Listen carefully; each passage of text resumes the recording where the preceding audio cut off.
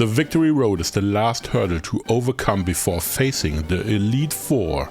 A lot of interesting Pokemon live here, like Onix, Marowak, Primeape and some more. Unfortunately, Moltres is now living on the Sevii Islands. They are still quite strong, but can they beat Pokemon FireRed and LeafGreen as a Pokemon challenge? Here are the rules. I can only use Pokemon in battle which can be found in Victory Road. I can catch other Pokemon since I need HMs to finish the run. I cannot use any items in battle besides Pokeballs. Held items are allowed. And I play on set mode. With that said, let's begin. First teammate is already available on Route 22, so I don't need to change up the starter Pokemon. Mankey is very good, especially against the first gym leader. At level 6 Mankey learns Low Kick to beat up Onix even with a very high defense. And at level 11 it learns Karate Chop to beat Geodude, for all intents and purposes the smaller Onix. So I went up to Brock, said hello and destroyed his team easily. 2 Karate Chops against Geodude and 2 Low Kicks against Onix the big rock snake. Actually I will meet Onix later again. Brock is defeated and the first badge was basically a present for Team Victory Road, or that one member at least. In Mount Moon are 2 more teammates to find. First Zubat, which is one of the strongest Pokemon in the game, or can be depending on opponents. And the other one is Geodude. This Pokemon is very special to me, since it helps out against so many trainers in the early game, and thinking about Heart Gold and Soul Silver, it would be the best early game Pokemon by far. I cannot forget to grab the Helix fossil, or this run wouldn't even be possible to do. Right outside are 2 move tutorials, one for Mega Punch and the other one for Mega Kick. I can use both, so I take both and move on. Since on this very road are wild ekans. I play on FireRed, so it is ekans instead of Sandshrew, but both would be okay for me. I think ekans is a bit better in this team and has Intimidate, very strong move. The rival on Nugget Bridge was very funny. This battle will show once again that I really dislike accuracy changing moves. First Pidgeotto and I have Geodude. Sand Attack was used and despite that by Rock type hits, with Rock Throw even hits critical and the bird is defeated. Next is Charmander and this was a point where the frustration kicks in. Magnitude 9 missed while Metaclaw hits critical and boosts attack, and guess what? Magnitude 8 also missed. Sand Attack really screwed Geodude over. When a Magnitude finally connects, it was Magnitude 6 and thanks to an earlier growl it was not enough. So Geodude goes down against an Ember, that was rough. I bring in Mankey now, it has to tank a huge hit, but one Karate Chop was enough to beat Charmander. Abra is here, but at this point in the game it cannot do anything. Last Rattata and that one quick attack left Mankey with 2 HP, how close can it get? Rival is defeated and I thought it will be super easy, but it looked quite close. At Route 25 the usual stuff happens, which means I grab the TM Secret Power, easily the best TM in the early game. While leveling up, Geodude learns Self-Destruct, one of my favorite moves. A one-button Pokemon exchange, very nice. I tried to win against Misty for a long time and I had a nice strategy in mind, but sometimes, just sometimes, it can work out even better. But first is Staryu against Mankey.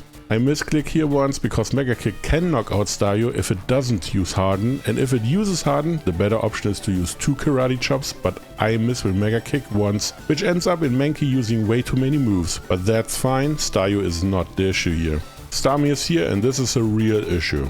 Mankey has no chance and goes down immediately. I have Zubat next and the idea was to use Supersonic, hit with it, and then go down letting Geodude in for a self-destruct when Starmie hits itself. But the game found this to be too convoluted and Starmie hits itself 3 times in a row just for Zubat to have enough time to knock it out eventually. That was so lucky it wasn't even anywhere near the concept of an idea. But Misty loses, has no Pokemon left and I get the second badge that worked out perfectly. On the SSN is a TM Brick Break available, which half of my team really likes to have. But for now it's Mankey's new move. And here's the rival again, this time with a small upgrade, but my team got way stronger as well. At least a little bit. Maybe only Geodude. Anyway, first is Pidgeotto and I went with the Little Rock Pokemon. Quick Attack did nothing really, but Rock Throw removed most of Pidgeotto's HP in one hit. Just another turn to hit again and the flying type is defeated. The rival chooses Charmeleon next. I can only think of Metaclaw as a reason why, but one Magnitude critical hit removed it immediately. Now comes Kadabra and I thought, it's okay, just let it rip, and Geodude used Self-Destruct to remove Kadabra in one go. I bring Mankey against the final Pokemon Raticate. Not sure what Raticate can even do, but one Brick Break and the oversized red is defeated. The rival is out of Pokemon and can now go on to the next spot to wait for me. In the meantime, I grab the HM for cut and hop over to the gym. Lieutenant Surge was a joke, but let's be honest, I have the single best counter against him. Maybe Diglett would have been better. Every single Pokemon goes down against Magnitude. I only had to hope Double Team will not ruin it. So yeah, Lieutenant Surge is defeated, never stood a chance, and the Rock Tunnel is next. Here are wild machops to find, and they are very strong. I'm only a bit concerned it fulfills a similar role as Mankey does, but if a fighting type Pokemon causes trouble, why not make it double? Speaking of doubles, Onix is here as well. Most of the time it does have the same role as Geodude, but there are two major differences between the two. First is the speed, Onix is way faster, and second is the utility. Onix has Screech, easily the best move on it. While exploring the Rock Tunnel, Zubat beat up enough Pokemon to evolve into Golbat. It's technically not its final form, but for FireRed and LeafGreen it unfortunately is. The rival is waiting at the Pokemon Tower and wants a rematch. I could wait a lot longer and do this battle after beating Celadon City, but that would be way too late already. First Pidgeotto and I go with the tried and tested strategy of using Geodude, just pressing on Rock Throw until it hits, and then another to beat up Pidgeotto. Next a Charmeleon again and it uses Growl to reduce damage, and it worked since Magnitude did not KO. Another turn, but this time a bit of Metal Claw damage, and it's not good enough, and Geodude won. Here comes Execute, and this means I have to rely on either switching out or waking up just in time to use Self-Destruct to knock the grass type out. Golbat in and one wing attack solves this problem at least, beating Execute through Reflect. Kadabra will become the hardest opponent to beat, but for now it tried to use Disable, which missed and then goes down. But playtime is over, Gyarados is here. Wing Attack does no damage while Reflect is up, and Thrash nearly took Golbat out. When Reflect was gone, Wing Attack at least dealt somewhat good damage, but it was too late at that point. I have Onix next to use Screech, and while Thrash does no damage, Bite does, since Dark type attacks are special in this game and Onix doesn't know what special defense might mean. Ekans is used next for Intimidate and set up Glare. This makes the battle a lot easier if Ekans loses, but using Bite was amazing. So many flinches, it's been a long time since I last saw that. And that was good enough to get over the edge and defeating Gyarados. The rival is done, and this battle helped getting Geodude enough experience points to evolve into Graveler. Even with 0 HP it was good enough to evolve. I think it's funny to see that. And Ekans as well? I didn't realize it got the level at the end and is now able to evolve into Arbok. It's great to see since Arbok is a lot stronger than Ekans, but of course it is. It's a larger Ekans. My team should be strong enough to handle Erika, but I may also just lose horribly. But with Golbat I feel pretty confident to beat her up. First Victory Bell and Wing Attack did a great amount of damage. While Stun Spore looks a bit spooky at first, but I already had a Cherry Bell ready to remove it immediately. Another Wing Attack and Victory Bell goes down. Next is Tangela, and it does survive a hit as well, but uses Ingrain, basically a useless move. One more hit and it is gone too. Last is Vileplume, but even if it can attack Golbat, the best move it has is Acid. So while Stun Spore might delay the battle a bit further, one more Wing Attack solves this issue quite easily, beating the Grass type Pokemon. Erika is defeated, and when I have a Golbat in my team, this battle becomes very easy very fast. One might not believe it, but Giovanni is a lot harder to beat. It's not hard, but a bit harder than Erika. First is Onix and I went with Machop. Harden was used, while Brick Break did a good chunk. Another Harden from Onix for some reason, but I stay on course as well, hitting with Brick Break whenever I can. Rock Throw does nearly no damage, and Rage, let's not talk about Rage. Rhyhorn is very similar to Onix. It just has Leer and Tail Whip to set up for Giovanni's last Pokemon instead of Harden. I guess 2 moves are needed to play around Disable or something along those lines, but Machop didn't really care about it. Last is Kangaskhan, and this can be very dangerous. Switching into Onix first to start using a lot of Screech. I really like this move. Reducing defense a lot is great when my team can use the opportunity to strike later on. But Kangaskhan does a lot of weird move choices. Tail Whips over and over again, while Onix can just use Secret Power to beat it up. Not sure what Giovanni was thinking, but I don't really care. He's defeated, and this battle was very easy because he wanted to help me. With Giovanni gone, I can enter the Pokemon Tower and find Cubone, the last Pokemon to add to the team. It's unfortunate to have 7 Pokemon in a challenge like this, but I think Onix is the most likely candidate to sit this one out. While leveling up, Machop reaches level 28 and evolves into Machoke. The upgrade is already great, but we can up those numbers eventually. Cubone isn't a long member of the team yet, but already evolves into its final form. Marowak can be really good, but most of the times it's just another ground-type Pokemon. Before going on a little detour, I have Mankey evolve into Primeape, the final form of this generation. Well, for a long while actually. I believe the next stage was added in Scarlet and Violet. With the TM Thief from Round Moon, I can have Golbat steal some good items. First is the Black Belt in the Fighting Dojo. Then I grab the Spell Tag from a Haunter. This item wasn't my real target, but I take it anyway. The real item I wanted to get is the Thick Club. This item boosts Marowak's attack to a new level. It will be devastating. Before challenging the rival at Silphco, I went on a long grind in the early routes to boost up attack, speed and HP. My team may look great, but it's actually quite one-sided. Anyway, first Pidgeot and I went with Golem. Feather Dance is the worst move to see, harshly lowering Golem's attack. But I don't think Pidgeot is able to beat Golem anyway, so I can just stay in and push on Rock Throw, hoping to beat the bird eventually.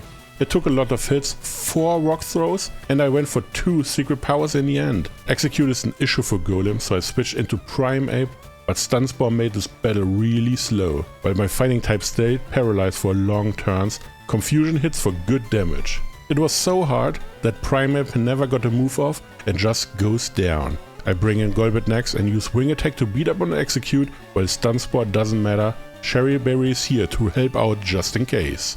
Alakazam will be a huge issue in this one, but not right now. It doesn't have any real attacking moves besides Future Sight, so just 2 wing attacks and Alakazam is back in the Pokeball. Gyarados is a big problem. I use Confuse Ray to get some free turns and a switch into Arbok, but I'm not sure anymore why Arbok is even here. Secret Power maybe? Some Paralyze works great, right?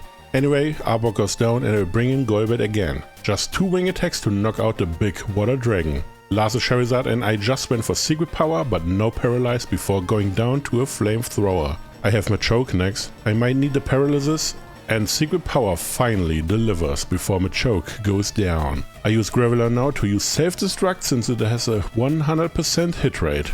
Rock Throw might have done it as well. The rival is defeated and I thought I might have to level up a lot more. Thankfully I didn't need to and Team Victory Road was able to do it. Now comes the final boss of the Silphco arc. Giovanni got a bit better than before, but I do have Marowak now. That is a huge difference. First is Nidorino, but 1 Bonemerang hits and KOs. Next is Kangaskhan, but I got a very lucky Brick Break critical hit to remove it immediately. Rhyhorn has a lot of defense, but it's not enough before going down to Bonemerang. Last is Nidoqueen, but again 1 Bonemerang, the strongest ground type attack Marowak can get, is enough to knock the opponent out. Giovanni is defeated, and it was very easy. To be fair, the Thick Club boosted the already good attack of Marowak to a new level. Before tackling the gym in Saffron City, I use up all my money to buy the TM for Shadow Ball. Without it, my team would have a hard time. Now against Sabrina, her team is really good against me, since my team has either no special defense or is flat out weak against Psychic type attacks. But there's one Pokemon who can do it, and that is Golbat. First Kadabra and my Pokemon was faster to hit with Shadow Ball to knock the Psychic type out. Mr. Mime is next, but the exact same happens. 1 Shadow Ball and it is gone. Against Venomoth I need to switch to Wing Attack, it is super effective and that is what counts. Last is Alakazam, but it is faster to use Psychic and Golbat is removed immediately. I try Graveler next, but Psychic is enough to knock it out from full HP. Maybe Marowak can handle it. It does survive a Psychic, to then hit back with Bonemerang and Alakazam goes down. Sabrina is defeated and I assume this can end in a loss. Golbat reached a new level and wants to evolve, but it is not happening. This is Kanto after all. I challenged Koga quite late. Usually I try to beat him before I tackle the Silphco, but it just turned out this way. First coughing and I went with Marowak. While Headbutt did a great amount of damage, Toxic was used and a timer started to let my Pokemon eventually go down. Muk is the only Pokemon who can get hit by ground type attacks and Bonemerang was huge. The first hit alone nearly knocked it out. Dex is coughing and Headbutt was able to let the poison type flinch, very nice to see. Last is wheezing, but Headbutt was the last move Marowak was able to use before going down. Not to Weezing's attack, but Toxic of course. I have Arbok next and went for Screech. First one missed, but the next two hit, and I thought this might be good enough. Using secret power to remove most of Weezing's HP and then another to knock it out. While Weezing has no moves against Arbok at all. Koga is out of Pokemon and I can now use Surf outside of battle. I need the Lapras from the Silph Code to do so, but it's within the rules, so it's okay. On the small island of Cinnabar is another gym battle, and this time the type is Fire. Very bad type against my team, to be honest. But here's Blaine and first is Growlithe against my Graveler. Fire Blast did a huge number but still under half, while Rock Blast knocks Growlithe out. Arcanine comes in and I switch into Machamp while Fire Blast misses. Unfortunately, the next one hits and my Machamp is burned down. I have Arbok coming in next to use Glare, but another Fire Blast knocks it out as well. Arcanines are scary. Well, Marowak can be scary too. Hitting with a Boomerang and Arcanine is no more. Ponyta is quite weak in comparison and goes down to one hit as well. Last is Rapidash, and it is actually irrelevant what it tries to do, since one use of Boomerang will knock it out regardless. Blaine is defeated, and there's only one more gym leader to do. I guess the next battle can be a bit more tricky. The last gym leader of the run is Giovanni once again. I remember only beating him with a single Jolteon. That was horrible. I never want to do that one again. That's a lie, it was a lot of fun. But first is Rhyhorn against my Primeape, and I still have Low Kick, the same move which beat Brock's Onix. It's still good enough to beat up Rhyhorn even after a Hyper Potion. Dark Trio comes next, and while Primeape has to tank an Earthquake, one Crush Hop hits to beat the opponent easily. Here comes Nidoqueen, but it's already too late for my Pokemon. Even when it survives on 1 HP, it's not good enough. The Paralysis might help out big time now. I have Marowak come in to use one Boomerang and Nidoqueen is defeated in the end. Nidoking is quite similar to Nidoqueen and this Earthquake critical hit makes me a bit nervous, to be honest, but Boomerang knocks it out regardless thanks to the poison typing. Last is Rhyhorn and Marowak is faster to knock it out with one Boomerang, but technically two since the second hit was a finishing blow. Giovanni is finally defeated and I have all 8 gym badges. I could go on to challenge the rival next, but I take a little vacation on the Sevii Islands first. To be honest, I need a lot more levels.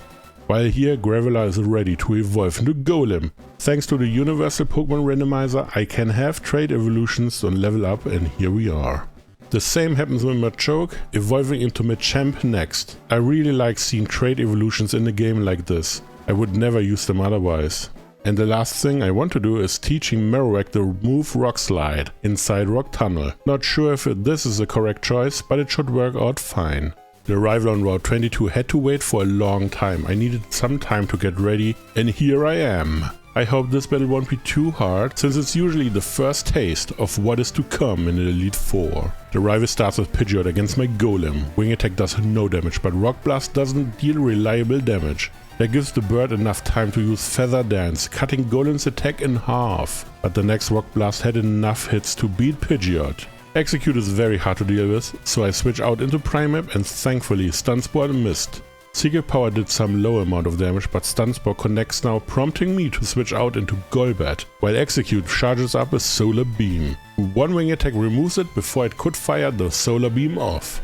Alakazam is very luck dependent, and of course it uses Psychic immediately to knock Golbat out. I have Golem come in now, but Alakazam doesn't take it seriously, using Calm Mind and then sets up a Future Sight, but a second Magnitude was enough to remove the Psychic type from the battle. Against Gyarados I switch out into Primeape, but Hydro Pump not only hits, it did so critical as well. Using Arbok next to set up Screech while Rain Dance should not matter a whole lot. Future Sight came crashing down onto Arbok, but it did survive fortunately to use more Secret Power from now on, hoping it is enough to beat up Gyarados.